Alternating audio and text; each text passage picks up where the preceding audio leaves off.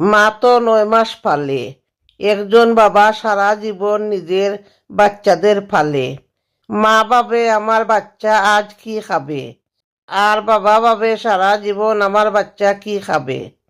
মায়ের ভালোবাসা হয়তো চোখের জলে দেখা যায়, কিন্তু বাবার ভালোবাসা বুঝে নিতে হয়, কারণ বাবা হলেন সেই বটগাছ যিনি নিজের রোদে পুড়ে আজীবন সন্তানকে শীতল ছায়া দিয়ে যান।